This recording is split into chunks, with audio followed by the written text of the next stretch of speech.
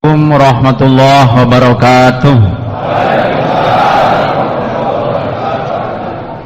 Alhamdulillahilladzi anzala ala abdihil kitaba wa lam yaj'al lahu 'iwaja qayyiman liyunzira ba'san shadidan min ladunhu wa yubashshiral mu'minin alladzina ya'maluna shalihati anna lahum ajran hasana makithina fihi abada. Asyhadu an la ilaha illallah wa asyhadu anna Muhammadar Rasulullah sallallahu alaihi wasallam wa ala alihi wa ashabihi, amma ba'du. Yang kami hormati Bapak Irjen Anton, Kapolda Jawa Timur, Bapak Wakapolda, Pak Brigjen Edi Haryanto. Betul Pak ya? Semua anggota Polri, baik yang sipil maupun istri-istri yang hadir pada pagi hari ini. Alhamdulillah, mengawali ceramah saya pagi hari ini, saya ucapkan syukur pada Allah atas ridhonya kita bisa berkumpul di Masjid Polda Jawa Timur dalam keadaan sehat, insya Allah penuh dengan barokah. Bapak Ibu sekalian, sebelum saya mainkan ceramah pagi hari ini, saya ingin sedikit cerita. Ada seorang janda tidak punya suami. Ya, dia ada Pak Bu kok tertawa semuanya. Memang Jawa Timur janda punya suami ya. Itu ngojek, ada laki-laki yang masih muda. Mas, antar saya ke rumah. Mana Bu? Tidak saya tanya, nanti saya apa ikuti petunjuk saya. Nah, akhirnya janda langsung naik ke belakang, langsung merangkul ojek itu. Jandanya sudah tidak punya suami, mentelnya bukan main.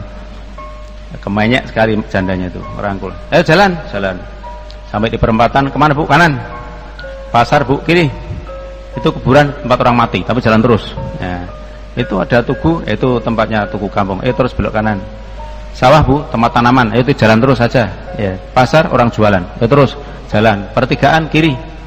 Itu ada gardu, yaitu di situ itu tempat orang jaga. Terus saja jalan lurus. Nah, itu ada rame-rame, itu ada perayaan. Kanan.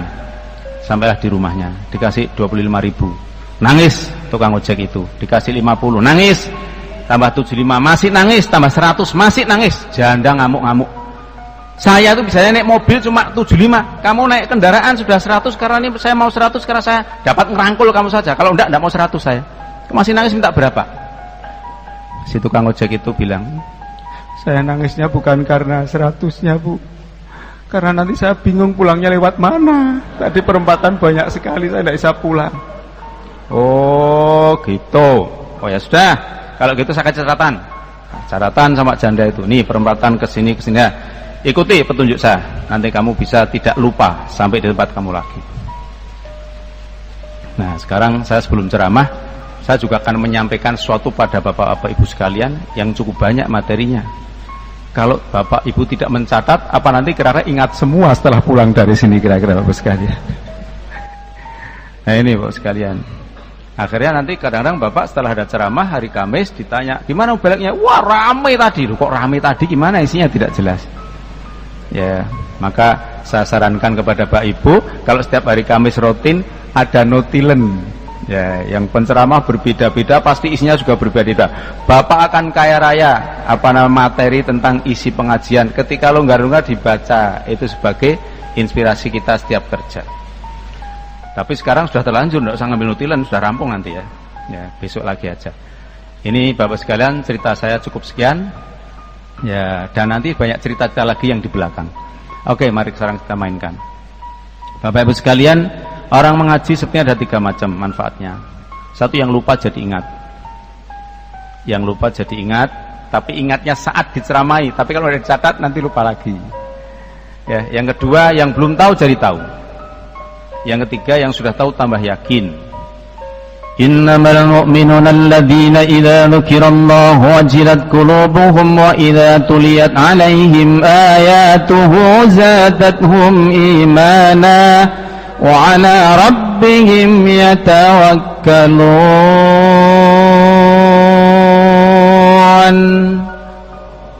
Sesungguhnya ciri-ciri orang iman itu kalau mendengar Allah disebut hatinya terkejut. baru makan, baru rapat, baru ngobrol, baru apa, Allahu Akbar, Allahu Akbar. Yang makan sendok langsung dibuang, piring dikasih, langsung wudu ke masjid. Ciri-cirinya orang iman, kalau Allah disebut hatinya terkejut. Wa idza tuliyat alaihim ayatuhu zadatum imana. Ketika dibacakan ayat-ayatnya Allah, tambah keimanannya. Wa 'ala rabbihim yatawakkalun, dan menyerah diri kepada Allah. Itu hasilnya orang mencari ada tiga. Yang belum tahu jadi tahu, yang lupa jadi ingat, yang sudah tahu tambah yakin, akhirnya bisa merubah dirinya. Yang belum tahu jadi tahu akan dipraktekkan. So, kalau sudah tahu tidak dipraktekkan, tidak ada manfaatnya. Kalau pepatah kata mengatakan, al ilmu bila amalin kasyajaroti bila tamarin. Ilmu yang tidak diamalkan seperti pohon yang tidak berbuah. Kalau pohon masih ada manfaatnya, ya.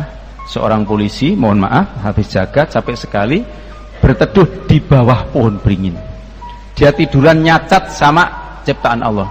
Allah tuh katanya pinter ya, pohon sebesar ini kok buahnya kecil-kecil, bagi buah aja kok enggak bisa. Itu semangka, itu pohonnya kecil, buahnya besar sekali. Allah tuh gimana cara ngatur buah?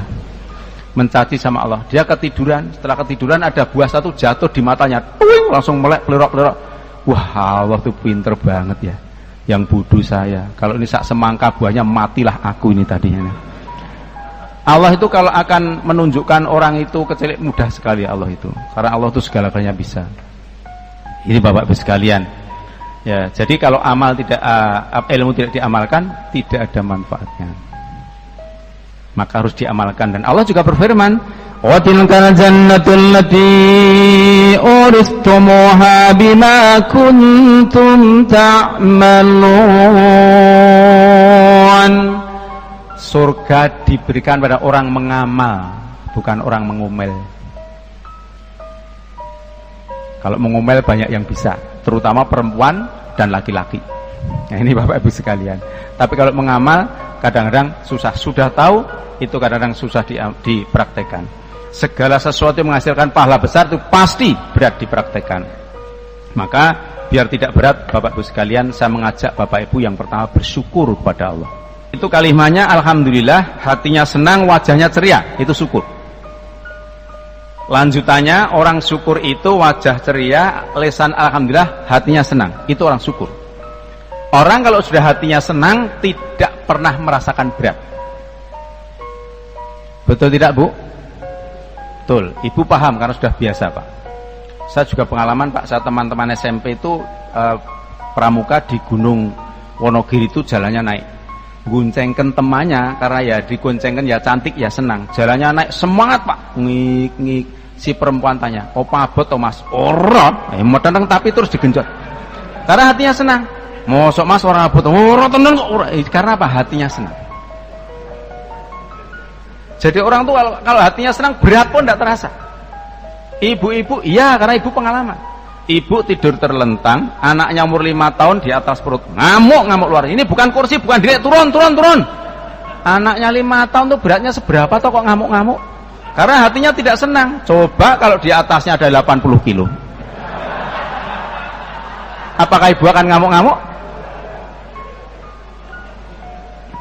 Kalau Pak Edi ya 90 kilo, apakah ngamuk-ngamuk? Ini Bapak Ibu sekalian, tidak ngamuk-ngamuk, malah tertawa, ketawa-ketil begini-begini, tidak ngamuk-ngamuk malah.